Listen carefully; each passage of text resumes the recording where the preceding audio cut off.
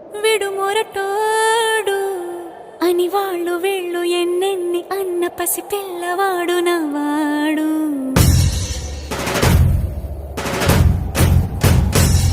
విడు ముండోడు అని ఊరు వాడ అనుకున్న గాని మహారాజు నాకు నవాడు.